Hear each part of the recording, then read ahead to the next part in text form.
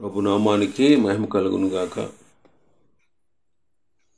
కూడొచ్చిన మీ అందరికీ, కర్మలాత్మీయ సహవాస సంఘ విశ్వాసులందరికీ మన ప్రభువును ప్రియరక్షకుడునైన యేసుక్రీస్తు వారి శ్రేష్టమైన నామంలో శుభములు మరియు అందరికీ వందనాలండి. ఆదికాండం 49వ అధ్యాయాన్ని మనం ధ్యానం చేసుకుంటున్నాం. ఈ 49వ అధ్యాయంలో యాకోబు తన అవసాన కాలంలో, తన మరణ సమయంలో తన కుమారులందరినీ పిలిపించి అంత్యదినాల్లో వారికి సంభవింపబోయేటువంటి సంగతుల్ని వారికి తెలియజేస్తూ వచ్చారు. వాళ్ళ విధి విధానాలు ఎలాంటివో, వాళ్ళ జీవితంలో ఉండేటువంటి లోపాలేంటో, వాళ్ళు స్వాభావికంగా ఎలాంటి వారో, ఈ విషయాలన్నీ యాకోబు వారికి తెలియపరుస్తూ ప్రతి ఒక్కరిని ఉద్దేశించి మాట్లాడారు.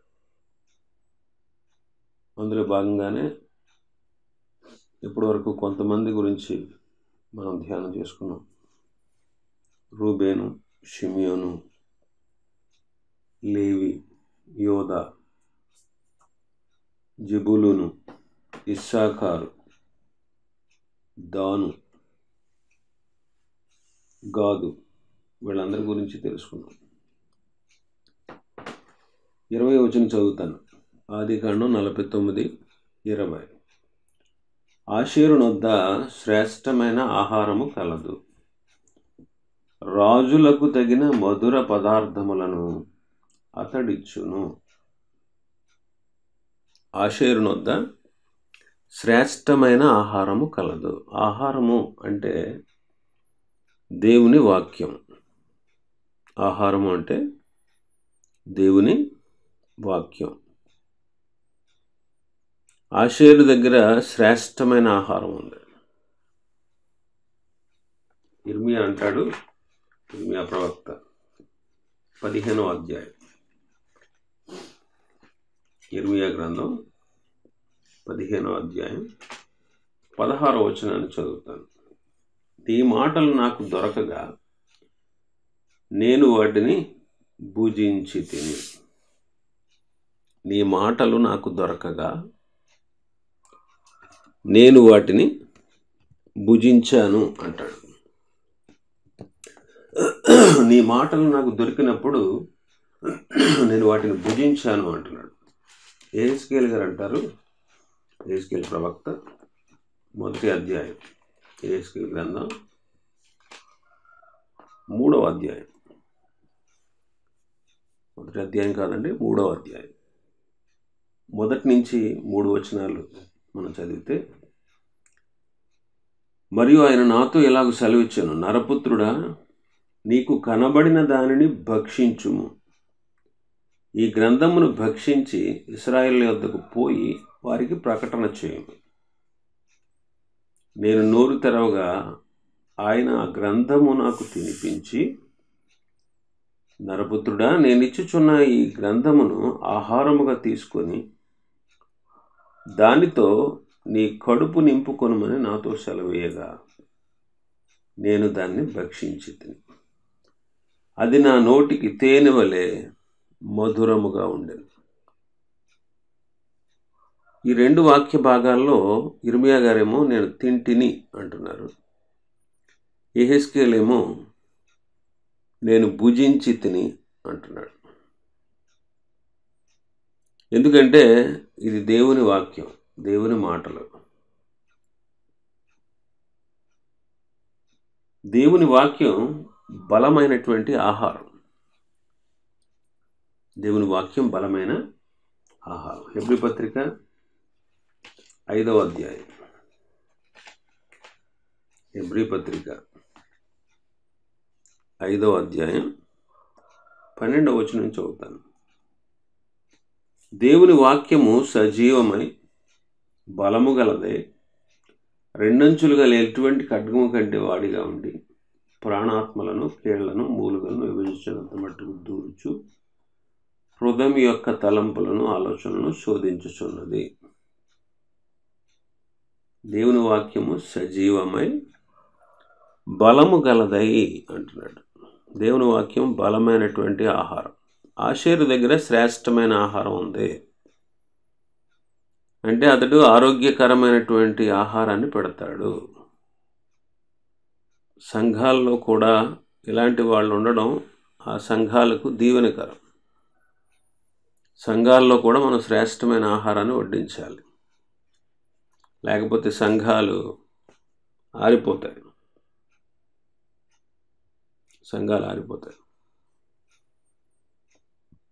దేవుని వాక్యమైనటువంటి ఆహారాన్ని వడ్డించి పోషించేటువంటి దైవ సేవకులు ప్రతి సంఘాల్లో ఉండాలి. కాబట్టి అది శ్రేష్టమైనటువంటి ఆహారం దేవుని యొక్క వాక్యం. ఇంకా 20వ వచనంలో 2వ లైన్ అంటారు, రాజులకు తగిన మధుర పదార్థములు అతడిచ్చును అంటున్నాడు. రాజులకు తగినటువంటి మధురమైన పదార్థాలు అతడిస్తాడు.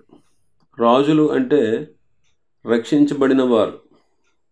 మనకు పేరు పెట్టారు కదా ప్రభు. పేతురు రాసిన మొదటి పత్రిక 2వ అధ్యాయం 9వ వచనం, అయితే మీరు చీకటిలో నుండి ఆశ్చర్యకరమైన తన వెలుగులోనికి మిమ్మల్ని పిలిచిన వాని గుణాతిశయములు ప్రచురం చేయ నిమిత్తము ఏర్పరచబడిన వంశమును, రాజులైన యాజక సమూహమును, పరిశుద్ధ జనమును, దేవుని సొత్తైన ప్రజలై ఉన్నారు. రాజులైన యాజక సమూహం మనమంతా. రాజులైన యాజక సమూహం అంటే రక్షించబడినటువంటి వాళ్ళు రాజులైన యాజకులు అన్నమాట.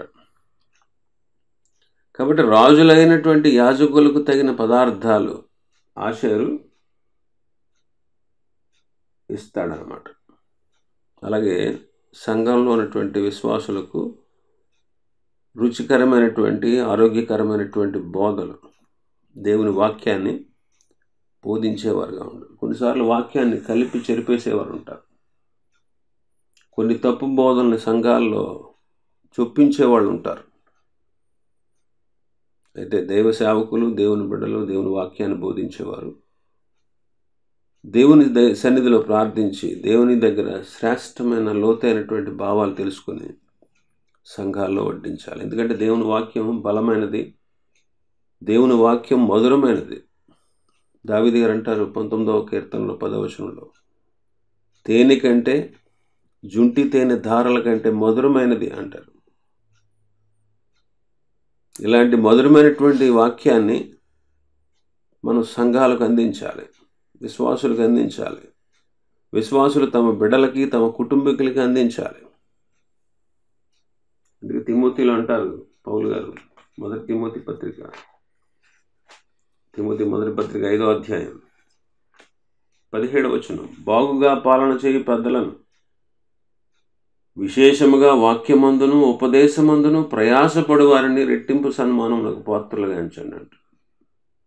బాగుగా పాలన చేసే పెద్దలు, దానికంటే కూడా విశేషంగా వాక్యమందు ఉపదేశమందు ప్రయాసపడే వారిని రెట్టింపు సన్మానానికి పాత్రులుగా ఎంచాలి అని పౌలు గారు తిమోతికి రాస్తున్నాడు.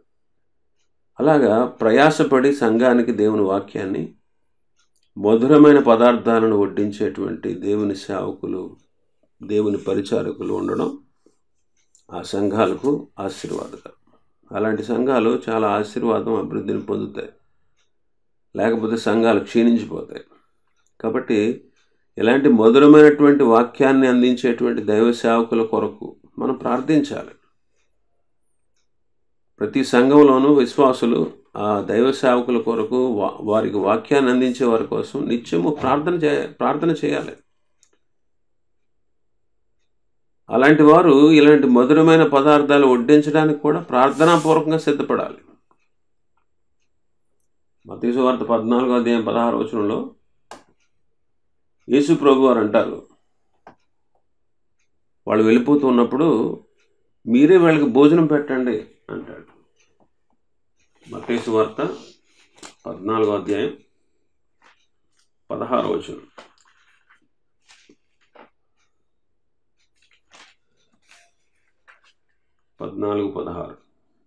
యేసు, వారు వెళ్ళనక్కర్లేదు, మీరే వారికి భోజనం పెట్టుడని శిష్యులు అన్నారు. అయ్యా, ఇది అరణ్య ప్రదేశం, ఇప్పటికే పొద్దుపోతూ ఉంది. ఈ జనులు గ్రామాల్లోకి వెళ్ళి భోజన పదార్థాలు కొనుక్కోవడానికి వాళ్ళు పంపించేసే అని చెప్పారు. యేసుప్రభు అన్నారు, వాళ్ళు వెళ్ళక్కర్లేదు, మీరే వాళ్ళకి భోజనం పెట్టండి అన్నారు. కాబట్టి మీరే వాళ్ళకి భోజనం పెట్టండి. కాబట్టి బాధ్యత మనందరం కలిగి ఉండవలసిన వారిగా ఉన్నాం. దేవుని ప్రార్థిస్తే దేవుడు తప్పక సహాయం చేస్తాడు, తప్పక సహాయం చేస్తాడు. లోకాసు వార్త 11వ అధ్యాయంలో చెప్పాడు కదా. లోకాసు వార్త 11వ అధ్యాయం 5వ వచనం నుంచి, మరియు ఆయన వారితో ఎట్లయినను, ఇదిగో మీలో ఎవరికైనా ఒక స్నేహితుడు ఉండగా అతడు అర్ధరాత్రి వేళ స్నేహితుని వద్దకు వెళ్ళి, స్నేహితుడా, నాకు 3 రొట్టెలు బదులిమ్ము, నా స్నేహితుడు ప్రయాణం చేసి మార్గంలో నా వద్దకు వచ్చి ఉన్నాడు, అతనికి పెట్టుటకు నా యొద్ద ఏమీ లేదని అతనితో చెప్పినాడు. అతడు లోపలనే ఉండి, నన్ను తొందర పెట్టొద్దు, నేను తలుపేసేసుకున్నాను, చిన్నపిల్లలు నా దగ్గర పడుకున్నారు, నేను కనుక లేస్తే వాళ్ళు లేచిపోతారు, వాళ్ళని డిస్టర్బ్ చేయకూడదు, నేను ఇవ్వలేనని చెప్తాడా? నేను తలుపేసేసుకున్నాను, నేను రాలేను, నేను పడుకున్నాను, నా పిల్లలు నిద్రపోతున్నారని చెప్తాడా? అతడు తన స్నేహితుడైనందున లేచి ఇస్తాడు తప్పకుండా. ఒకవేళ లేచి ఇవ్వలేకపోయాడు అనుకోండి, మాటికి వచ్చి అడిగితే ఏం చేస్తాడు? కావాల్సిన ఇస్తాడు అంటున్నాడు. అలాగే మీరు అడగండి మీకు ఇవ్వబడును, వెతకండి మీకు దొరుకుతుంది, తట్టుడి మీకు తీయబడును అని చెప్పి. ఆయన మన స్నేహితుడు అండి, ఆయన మన స్నేహితుడు స్నేహితునికి ఎప్పుడు ముఖం చాటు వేయడు, సహాయం చేయకుండా ఉండలేడు. చూడండి, అందరూ వదిలేసినా స్నేహితులు వదలరు. కాబట్టి మనం మధురమైనటువంటి శ్రేష్టమైనటువంటి దేవుని వాక్యాన్ని తండ్రి దగ్గర నుంచి మనం పొందుకొని మనం మన తోటి వారికి దేవుని వాక్యాన్ని అందించాలి. దాని కొరకు ప్రార్థించాలి, వాక్యమందు ప్రయాసపడాలి. ఇలాంటి మధురమైనటువంటి శ్రేష్టమైన దేవుని వాక్యాహారాన్ని సంఘాలకు బోధించే నాయకులు కావాలి. ఇంకా 21వ వచనం చూస్తే నఫ్తాలి గురించి రాయబడింది. నఫ్తాలి విడువబడిన లేడీ, అతడు ఇంపైన మాటలు పలుకును అంటున్నాడు. నఫ్తాలి విడువబడిన లేడీ అనగానే మనకు ఒకటి గుర్తు వస్తుంది, ఏంటంటే అది చాలా ఫాస్ట్గా ఉంటుంది, గంతులు వేస్తుంది అనమాట. పరమగీతం 8వ అధ్యాయం ఆఖరి వచనం, నా ప్రియుడా త్వరపడుము, లఘువైన ఇర్రివలే ఉండుము, గంధవర్గ వృక్ష పర్వతం మీద గంతులు వేయు లేడి పిల్లవలే ఉండుము. లేడీ అనగానే గంతులు వేసేటువంటి జీవితం అన్నమాట. ఈ గంతులు వేసే జీవితం అంటే ఆనందకరమైనటువంటి జీవితం. ఆనందంగా ఉంటేనే గంతులు వేస్తాం కదా, ఆనందంగా లేకుండా గంతులు వేస్తామా? ఇలా గంతులు వేసే జీవితం ప్రభునందు విశ్వాసం ఉంచినప్పుడు మాత్రమే మనం పొందగలం. అందుకే పేతురు గారు అంటాడు, చెప్పన సఖ్యము మహిమాయుక్తమైన సంతోషం అని చదువుతాం అన్నమాట. నపుంసకుడు యెరూషలేముకు వచ్చి తిరిగి వెళ్ళిపోతూ అతనికి దేవుని వాక్యం బట్టి సువార్త ప్రకటించినప్పుడు అతడు ప్రభునందు విశ్వాసం ఉంచి బాప్తీసం తీసుకుంటాడు. అతడు సంతోషించుచు తన మార్గాన వెళ్ళాడు అని మనం చదువుతాం అక్కడ అపోస్తల కార్యములు 8:39.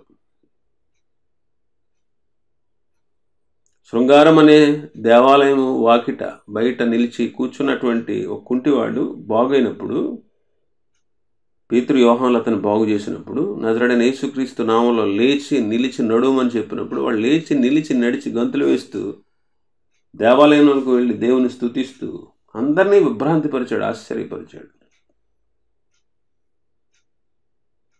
వాడు లేచి నిలిచి నడిచాడు, గంతులేశాడు, స్తుతించాడు దేవుణ్ణి, భక్తుల్ని పట్టుకుని ఉన్నాడు, దేవాలయంలోనికి వచ్చాడు, సంతోషిస్తూ ఉన్నాడు.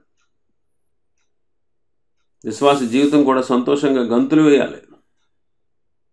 అయితే చాలాసార్లు ఈ సంతోషాన్ని, ఈ ఆనందాన్ని మనం పోగొట్టేసుకుంటాం. ఎందువల్ల అంటే మనలో ఏదైనా చిన్న బలహీనతలు ఉంటే, మనలో ఏదైనా పొరపాట్లు ఉంటే, మనలో ఏదైనా తప్పిదాలు ఉంటే, మనలో ఏదైనా పాపం ఉంటే అది మన సంతోషాన్ని హరించేస్తుంది. గంతులు వేసేటువంటి సంతోషకరమైనటువంటి జీవితాన్ని మనం పోగొట్టేసుకుంటాం. మనకున్నటువంటి అవిధేయత, మనలో ఉన్నటువంటి ఆ పాపం, మనలో ఉన్నటువంటి అపవిత్రత దేవునికి మనకి మధ్య ఉండేటువంటి సమాధానాన్ని, ఆ సఖ్యతను, ఆ ప్రేమను, ఆ బంధాన్ని తెంచేస్తుంది. కాబట్టి దేవుని పిల్లలు ఎప్పుడు కూడా నిర్మలంగానే ఉండాలి, పవిత్రంగానే ఉండాలి. దావీదు ఒకసారి పాపం వల్ల రక్షణానందాన్ని పోగొట్టేసుకున్నాడు. 51వ కీర్తన అంటాడు, రక్షణానందము నాకు మరలా పుట్టించుము అని ప్రార్థన చేస్తాడు.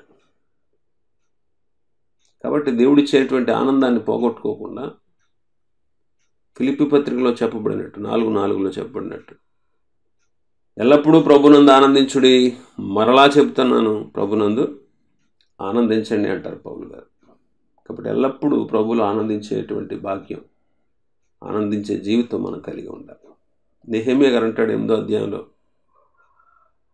మీరు యెహోవా యందు ఆనందించడం వల్ల మీరు బలం పొందుతారు. మీరు యెహోవా యందు ఆనందించడం వల్ల మీరు బలం పొందుతారు అంటాడు. నెహెమ్యా 8:10.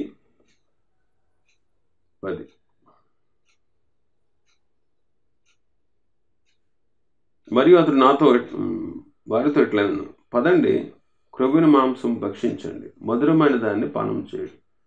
ఇదివరకు తమకు ఏమీ సిద్ధం చేసుకున్న వారికి వంతులు పంపించండి. ఎలయనగా ఈ దినము మన ప్రభునకు ప్రతిష్ఠితమైన.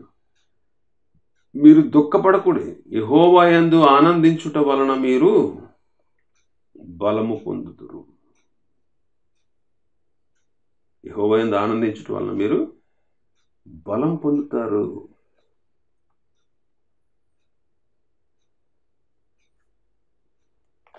దేవుని వాక్యం స్పష్టంగా చదివి వినిపించిన తర్వాత వాళ్ళ జీవితాలను మార్చుకొని ఏడుస్తారన్నమాట దేవుని సన్నిధిలో. భక్తుడు అంటాడు, మీరు యెహోవా యందు ఆనందించండి, మీరు యెహోవా యందు ఆనందించడం వలన మీరు బలం పొందుతారు అంటున్నాడు. యెహోవా యందు ఆనందించడం వలన మీరు బలం పొందుతారు. కాబట్టి మనం ఎప్పుడు కూడా ఆనందించేవారుగా, ఆనందించే జీవితమే బలమైన జీవితం. ఇంకా మనం చూస్తే నఫ్తాలి ఇంపైన మాటలు పలుకుతాడంట. 21వ వచనంలో నఫ్తాలి ఇంపైన మాటలు పలుకుతాడు.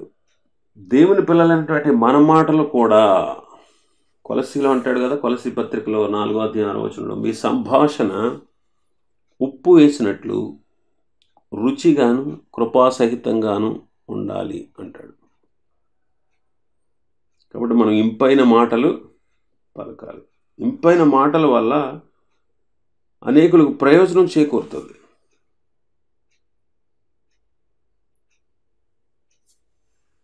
అనేకులకు ప్రయోజనం చేకూరుతుంది. సామెతల గ్రంథంలో 31వ అధ్యాయంలో ఒక స్త్రీని మనం చూస్తాం. 10వ వచనం, గుణవతి అయిన భార్య దొరుకుట అరుదు అంటాడు. గుణవతి అంటాడు, గుణవతి. 26వ వచనంలో చూడండి, జ్ఞానము కలిగి తన నోరు తెరుచును, కృపగల ఉపదేశము ఆమె బోధించును అంటాడు. జ్ఞానం కలిగి తన నోరు తెరుస్తాడు, కృపగల ఉపదేశం బోధిస్తుంది ఆమె, గుణవతి అయిన భార్య. కాబట్టి ప్రయోజనకరమైనటువంటి ఉపదేశం మన కుటుంబీకులకు మనం చేయాల్సిన వారంగా ఉన్నాం. మన ప్రభువైన యేసుక్రీస్తు వారు కూడా దేవుడు తనకిచ్చినటువంటి మాటలనే ఆయన చెప్పారు, కానీ ఆయన సొంతంగా ఇది చెప్పలేదు. నేను చేసే బోధ నాది కాదు, నన్ను పంపిన తండ్రిదే అని ఖచ్చితంగా ఆయన చెప్పారు యోహాను సువార్త 7:16లో. ఇలాంటి బోధలు చేసినప్పుడు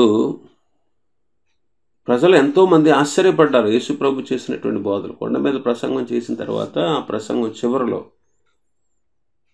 5, 6, 7 మత్తయి సువార్త 5వ అధ్యాయం, 6వ అధ్యాయం, 7వ అధ్యాయంలో ప్రభు చేసినటువంటి గొప్ప ప్రసంగం అది. ఆ ప్రసంగం విన్న తర్వాత ఆయన చేసినటువంటి బోధలు చూసి ఆ ప్రజలు ఆశ్చర్యపడ్డారంట. కాబట్టి గమనించండి, మనం కూడా శ్రేష్టమైనటువంటి ఉపదేశాన్ని, ఇంపైన మాటలని మనం పలికేవారుగా ఉండాలి. ఆ తర్వాత యోసేపుని గురించి చెప్పాడు. 22వ వచనం నుంచి 26వ వచనం వరకు యోసేపుని గురించి చెప్పబడింది. ఒకసారి చదువుదాం ఆ మాటలు. యోసేపు ఫలించడి కొమ్మ, ఓట యొద్ద ఫలించడి కొమ్మ, దాని రెమ్మలు గోడల మీదకి ఎక్కి వ్యాపించును. విలుకాండ్రు అతన్ని వేధించిరి, వారు బాణములను వేసి అతన్ని హింసించిరి. యాకోబు కొలుచు పరాక్రమశాలి అయిన వాని హస్త బలము వలన అతని విల్లు బలమైన దగును. ఇశ్రాయేలునకు బండయు మేపడివాడు ఆయనే. నీకు సహాయం చేయు నీ తండ్రి దేవుని వలనను, పైనుండి మింటి దీవెనలతోనూ, క్రింద దాగి ఉన్న అగాధ జలముల దీవెనలతోనూ, స్తనముల దీవెనలతోనూ, గర్భముల దీవెనలతోనూ, నిన్ను దీవించు సర్వశక్తిని దీవెన వలనను అతని బాహుబలము దిట్టపరచబడును. నీ తండ్రి దీవెనలు నా పూర్వీకుల దీవెనలపైన చిరకాల పర్వతముల కంటే హెచ్చుగా ప్రబలమగును. అవి యోసేపు తల మీదను అతని సహోదరుల నుండి వేరుపరచబడిన వాని నెత్తి మీదను ఉండును. యోసేపు గురించి రాయబడినటువంటి మాటలు. యోసేపు ఫలించే కొమ్మ. కొమ్మ యోసేపు, రూట్ మొదలు ప్రభు అయిన యేసుక్రీస్తే. అందుకే అంటారు ఆయన, నేను నిజమైన ద్రాక్షావల్లిని, మీరు తీగలు అంటారు. ఫలించాలి. ఫలించే ప్రతి తీగ మరి ఎక్కువగా ఫలించాలని అందులో పనికిరాని వాటిని తీసేస్తాడు. ఆయనకు వేరుగా ఉంటే ఎండిపోతాం, ఆయనలో నిలిచి ఉండకపోతే ఫలించలేం. కాబట్టి ఆయనలో నిలిచి ఉన్నవారు ఎక్కువగా ఫలిస్తారు. 16వ వచనంలో అంటాడు, యోహాను సువార్త 15వ అధ్యాయం 16వ వచనంలో, మీరు వెళ్ళి ఫలించాలి అంటాడు. ఇక్కడ యోసేపు ఓట యొద్ద ఫలించే కొమ్మ అని చదువుతాను. ఈ ఓట ఎవరో తెలుసా? మన ప్రభు అయిన యేసుక్రీస్తే. జకరియా గ్రంథం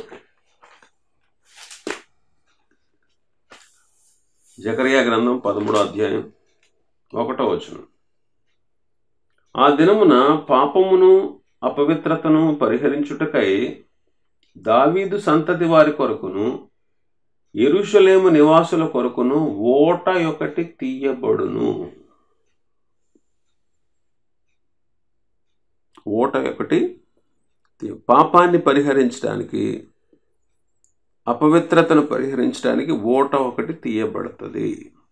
ఈ ఓట మన పాపాన్ని పరిహరించే ఓట, మన అపవిత్రతను తొలగించేటువంటి ఓట. ఇర్మియా గ్రంథంలో ప్రభు స్వయంగా చెబుతారు. ఇర్మియా గ్రంథం 2వ అధ్యాయం 13వ వచనం. నా జనులు 2 నేరములు చేశారు, జీవజలముల ఓటైన నన్ను విడిచి ఉన్నారు. మొదటి నేరం ఏంటి? జీవజలముల ఓటైన నన్ను విడిచిపెట్టేశారు. 17వ అధ్యాయం 13వ వచనం చదువుదాం. ఇశ్రాయేలునకు ఆశ్రయమా యెహోవా, నిన్ను విసర్జించిన వారందరూ సిగ్గునందుదురు.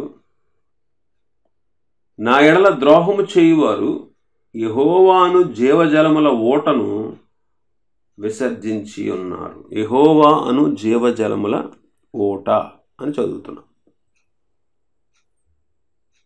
కీర్తనకారుడు 87వ కీర్తనలో ఒక మాట అంటారు. 87వ కీర్తన 7వ వచనం చదువుతాను. 87:7. మా ఓటలన్నీ నీ యందే ఉన్నవని వాళ్ళు అంటారు అంటున్నాడు. మా ఓటలన్నీ నీ దగ్గరే, నీ యందే ఉన్నాయి అంటారట. 36వ కీర్తనలో భక్తుడు అంటాడు, నీ యొద్ద జీవపు ఓట కలదు అంటాడు. 36వ అధ్యాయం కీర్తన 9వ వచనం, నీ యొద్ద జీవపు ఓట కలదు. కాబట్టి యేసు ప్రభు సమరయ స్త్రీతో కూడా ఆ మాట చెప్పారు. నిత్య జీవమునకై వారిలో ఊరెడి నీటి బొగ్గ అంటాడు. కనుక ప్రభువైన యేసుక్రీస్తు వారు మనకు జీవపు ఓట అయి ఉన్నారు. యోసేపు అలాంటి ఓట దగ్గర ఉన్నాడు కాబట్టే ఫలిస్తా ఉన్నాడు. దాని రెమ్మలు గోడ మీదకి ఎక్కి వ్యాపిస్తాయి అంటున్నాడు. గోడ సరిహద్దును సూచిస్తూ ఉంటుంది. ఎక్కడ కడతాం మనం గోడ? సరిహద్దులో కట్టుకుంటాం, ఇక్కడ వరకు మనది అని. ఈ గోడల మీదకి ఎక్కి వ్యాపిస్తుందంట. యోసేపు కనాను దేశం, ఐగుప్తు దేశం యొక్క సరిహద్దులను దాటి సకల దేశాల వారికి పోషకుడుగా మనకు కనబడతా ఉన్నాడు. సకల దేశాల వారికి పోషకుడుగా కనబడతా ఉన్నాడు. కాబట్టి ఆయన ఫలవంతమైనటువంటి జీవితం గోడలు దాటి ఫలించింది. ఈ దినాల్లో మనం కూడా జీవపు ఓట అయిన యేసుక్రీస్తు దగ్గర ద్రాక్షావల్లి అయినటువంటి, నిజమైన ద్రాక్షావల్లి అయినటువంటి యేసుక్రీస్తులో కనుక మనం అంటుకట్టబడినటువంటి అనుభవాన్ని మనం కలిగి ఉంటే మనం కూడా సరిహద్దులను, జిల్లా కానీ, రాష్ట్రాలు కానీ, దేశాలు కానీ, సరిహద్దులను దాటి వెళ్ళి ఫలించేవారుగా ఉంటాం. సువార్తను వ్యాపింపచేసేవారుగా ఉంటాం. ఇది ఎంతో శ్రేష్టమైనటువంటి అనుభవం. ఇంకా 23వ వచనంలో, విలికాండ్రు అతన్ని వేధించారు, వారు బాణాలు వేసి అతన్ని హింసించారు అంటున్నాడు. ఇది తన సహోదరులు తనకు పెట్టినటువంటి శోధనలు చూపిస్తూ ఉన్నాయి. ఆయన సహోదరులందరూ విలికాండ్రే. యాకోబు అన్న యాసావు విలికాడే, అరణ్యంలో వేటాడేవాడని మనకి తెలుసు. ఇష్మాయేలు విలికాడు. లేవి షిమ్యోనుల దగ్గర కత్తులు ఉన్నాయి. లేవి షిమ్యోనులు కత్తులు తీసుకుని షెకెము వారందరినీ హతం చేస్తారు ఆదికాండం 34వ అధ్యాయంలో. అంటే కత్తులు అంటే వాళ్ళు ప్రతి వాళ్ళకి ఏమున్నాయి? యుద్ధాయుధాలు ఉన్నాయని మనం గమనించవచ్చు. వీళ్ళు యోసేపును వేధించారు, అతను హింసించారు. అపొస్తలుల కార్యములు 7వ అధ్యాయం 9-10 వచనాల్లో చూడండి ఒకసారి. అపొస్తలుల కార్యములు 7వ అధ్యాయం 9-10 వచనాల్లో, ఆ గోత్రకర్తలు మత్సరపడి యోసేపును ఐగుప్తులను పోగొట్టుకు అమ్మివేసిరి కానీ దేవుడు అతనికి తోడేయండి అతని శ్రమలన్నిటిలో నుండి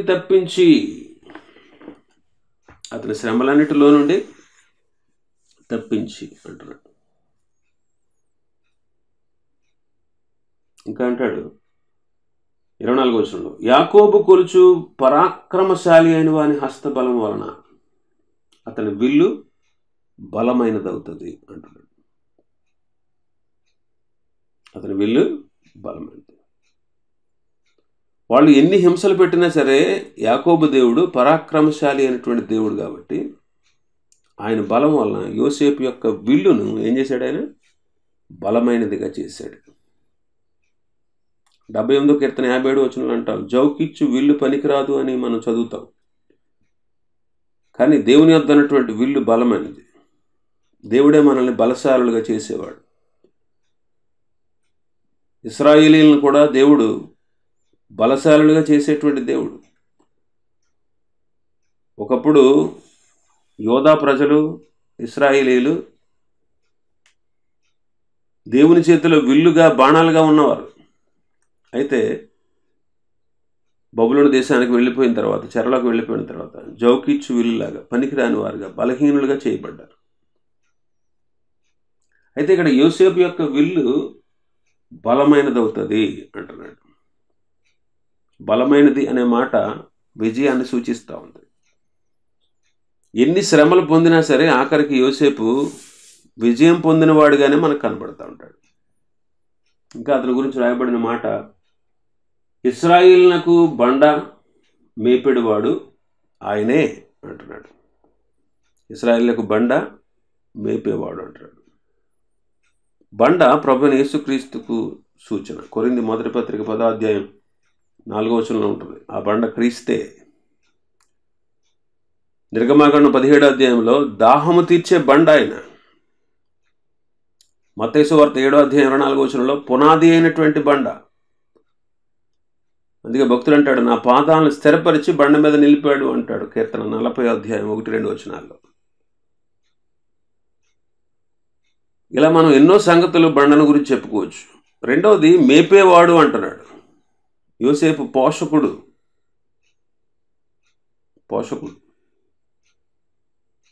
యోసేపు ఇంతగా పోషించడానికి, గొప్పవాడవడానికి కారణం దీని అంతటికి మూలకర్త దేవుడే. అలాగే దేవుడే మనల్ని పోషించేటువంటి, సంరక్షించేటువంటి పోషకుడు. అందుకే అంటున్నాడు, నీకు సహాయం చేస్తాడు ఆయన అంటున్నాడు. నీకు సహాయము చేయు నీ తండ్రి దేవుని వలనను అంటున్నాడు 24వ వచనంలో, మన భాగంలో. నీకు సహాయం చేయు నీ తండ్రి దేవుని వలన. ఇంకా ఆ తర్వాత మనం ముందుకు చదివితే దీవెనలతో నింపేవాడు.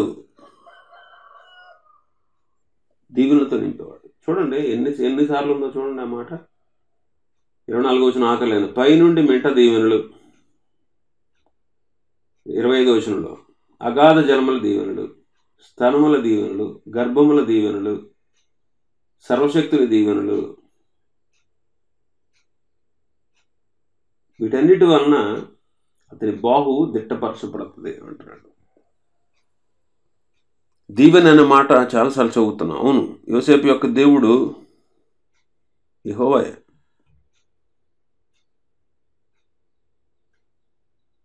ఆయన దీవించేటువంటి దేవుడు.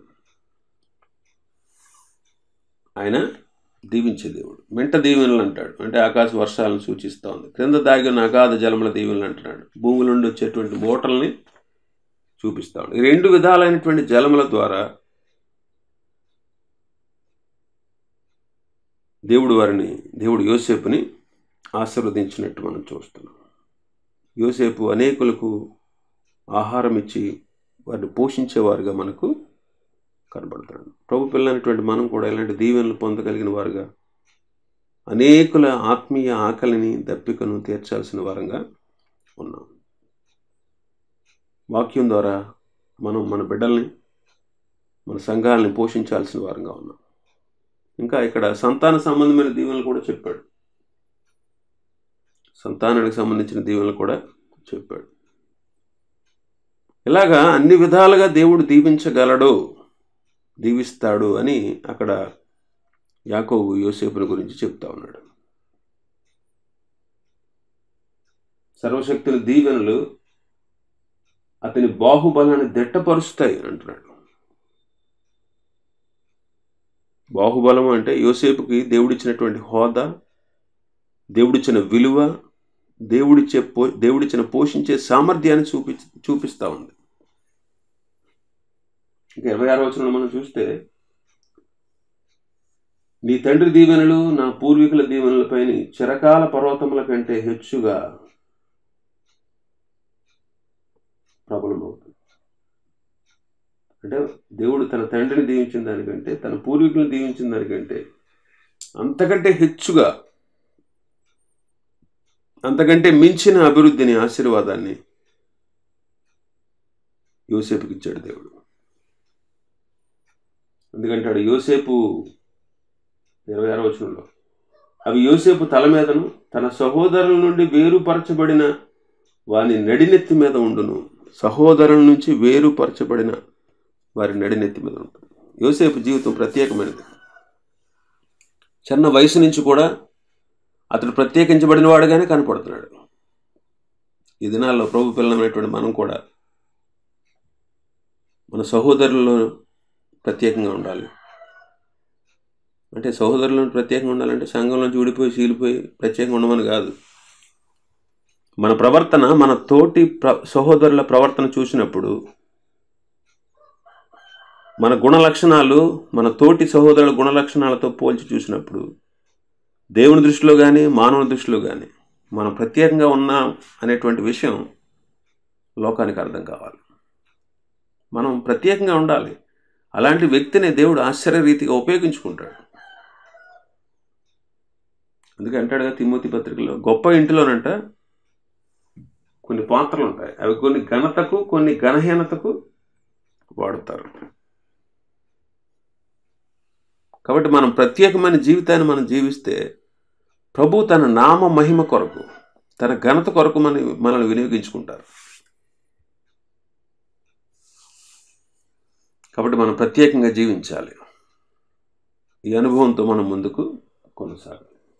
తర్వాత బెన్యామీను గురించి చెప్పారు. బెన్యామీను గురించి చూద్దాం. 27వ వచనం. బెన్యామీను చీల్చునట్టి తోడేలు, అతడు ఉదయమందు ఎరను తిని అస్తమయమందు దోపుడు సొమ్ము పంచుకును. బెన్యామీను చీల్చునట్టి తోడేలు అంటారు. తోడేలు క్రూర స్వభావం కలిగినటువంటిది. ఒకే తల్లి గర్భం నుంచి వచ్చారు వీళ్ళిద్దరు, యోసేపు బెన్యామీను. కానీ వీళ్ళిద్దరిలో చాలా వ్యత్యాసం ఉంది. యోసేపు గురించి మాట్లాడినప్పుడు ఎన్నో దీవెనలు ఉన్నాయి, కానీ బెన్యామీను గురించి మాట్లాడుతున్నటువంటి మాటలు చూడండి. చీల్చునట్టి తోడేలు, ఉదయం ఎర్రను తింటాడు, అస్తమయమందు దోపుడు సొమ్ము పంచుకుంటాడు.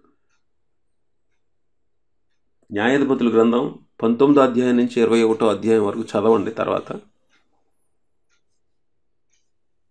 మీకు అక్కడ విషయాలు బాగా అర్థమవుతాయి. న్యాయాధిపతుల గ్రంథం 19 నుంచి 21. వాళ్ళలో ఉండేటువంటి క్రూరమైన స్వభావం కనబడుతుంది. క్రూరమైన స్వభావం. ఆ బెన్యామీనీలో గిబియా అనే పట్టణంలో లేవి అనేవాడు తన ఉపపత్తిని తీసుకువెళ్ళి అక్కడ ఉందామని ఆ రోజు ప్రయాణం చేస్తూ అక్కడికి వచ్చినప్పుడు ఆమెను వాళ్ళు పాడు చేస్తారు, దుష్టత్వం చేశారనమాట. అప్పుడు ఇశ్రాయేలీయులందరూ ఆ విషయం తెలుసుకుని అక్కడికి వెళ్ళి, అరే మీలో ఎవరు అలాంటి దుష్టకార్యం చేసింది, వాళ్ళు మాకు అప్పగించండి, వాళ్ళని మేము శిక్షిస్తాం. అలాంటి దుష్కార్యం మన జీవితాల్లో మన దేశంలో జరగకూడదు కదా అని ఇశ్రాయేల్ వెళ్ళి అడిగితే, వాళ్ళని అప్పగించకుండా ఇశ్రాయేల్ అందరి మీద యుద్ధం చేయడానికి వస్తారు. వాళ్ళ మధ్యన ఉన్నటువంటి చెడుతనాన్ని పరిష్కరించుకోమని చెబితే దానికి బదులుగా మిగిలిన గోత్రికులందరి మీద తిరుగుబాటు చేసి యుద్ధం చేయడానికి నిర్ణయించుకుంటారు వాళ్ళు. చివరికి ఏమైందో తెలుసా? బెన్యామీను గోత్రమే లేకుండా పోయింది. బెన్యామీను గోత్రమే లేకుండా పోయింది. ఎంత క్రూరత్వం చూడండి. బెన్యామీను గోత్రంలో పుట్టినటువంటి రాజు అయిన సౌలు కూడా గొర్రెలాంటి దావీదుని చీల్చి చెండాడాలని తోడేళ్ళలాగా వెంటాడాడు. కానీ దయాపరుడైనటువంటి దేవుడు దావీదుని తప్పించి సౌలును తొలగించి దావీదుని రాజుగా చేశాడు. క్రొత్త నిబంధనలో ఆ గోత్రంలో నుండి ఉద్భవించినటువంటి సౌలు కూడా గొర్రెలాంటి దేవుని యొక్క పిల్లల్ని చీల్చి చెండాడేవాడు, గొర్రెలాంటి వాడు. అయితే అలాంటి పౌలును దేవుడు మార్చాడు. ఎంత క్రూరులో చూడండి బెన్యామీను గోత్రంలో ఉన్నటువంటి క్రూరత్వం. అయితే అలాంటి పౌలును దేవుడు మార్చాడు. దేవుని చేతిలో ఘనమైన పాత్రగా, దేవుని చేతిలో ఘనమైనటువంటి పాత్రగా ఆయన వినియోగించుకున్నాడు. అనేకమైన సంఘాలు స్థాపించబడుటకు సాధనంగా అతను చేసుకున్నాడు. కాబట్టి ఎలాంటి క్రూరమైన దుష్టమైన స్వభావం కలిగిన వారైనా మార్చబడినప్పుడు దేవుడు ఆశ్చర్యరీతిగా వాళ్ళని తన మహిమ కొరకు వాడుకుంటారు. ఇంకా 28వ వచనం నుంచి 33వ వచనం వరకు ఉన్నటువంటి విషయం ఏంటంటే, నేను నా స్వజనుల దగ్గరికి చేర్చబడుతున్నాను. హిత్తీయుడైనటువంటి ఎఫ్రోను భూమి అందున్న గుహలో నా తండ్రుల వద్ద నన్ను పాతి పెట్టండి. ఆ గుహ కనాను దేశంలో మమ్రే ఎదుట మక్పేల పొలంలో ఉంది. అబ్రహాము దానిని హిత్తీయుడైన ఎఫ్రోను దగ్గర శ్మశాన భూమిగా కొన్నాడు.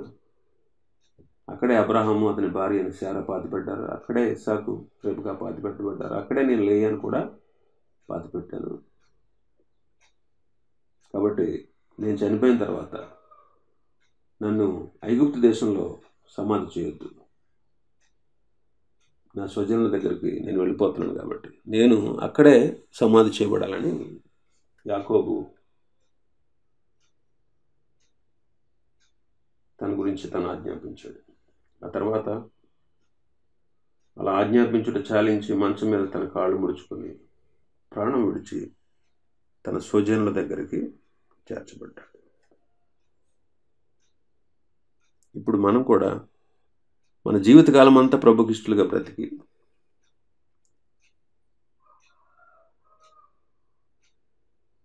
ప్రభునందే మరణించాలి. యాకోబు తన స్వజనుల దగ్గరికి చేర్చబడ్డాడు. ఇప్పుడు యేసుక్రీస్తునందు మరణించిన వారు కూడా, ఇంతకుముందు మరణించిన వెళ్ళిన వారు కూడా ఒక చోటకు వెళ్తారు. అందుకే అంటాడు లూకాసు వార్త 23లో, దొంగ ప్రభువుని అర్థించినప్పుడు ప్రభు సిలువలో వేలాడుతూ ఆ దొంగతో అంటారు, నేడు నీవు నాతో కూడా పరదేశంలో ఉంటావు. అది శాశ్వత విశ్రాంతి దొరికేటువంటి స్థలం. కాబట్టి మనం కూడా చక్కటి ఆధ్యాత్మికమైన జీవితాన్ని కలిగి ప్రభునందుండే మృతి పొందితే మనం ధన్యులమవుతాం. ఇవి ఈ అధ్యాయంలో ఉన్నటువంటి విషయాలు. దేవుడి వాక్యాన్ని మన వినికిడిలో ఆశీర్వదించునుగాక. ఆమేన్.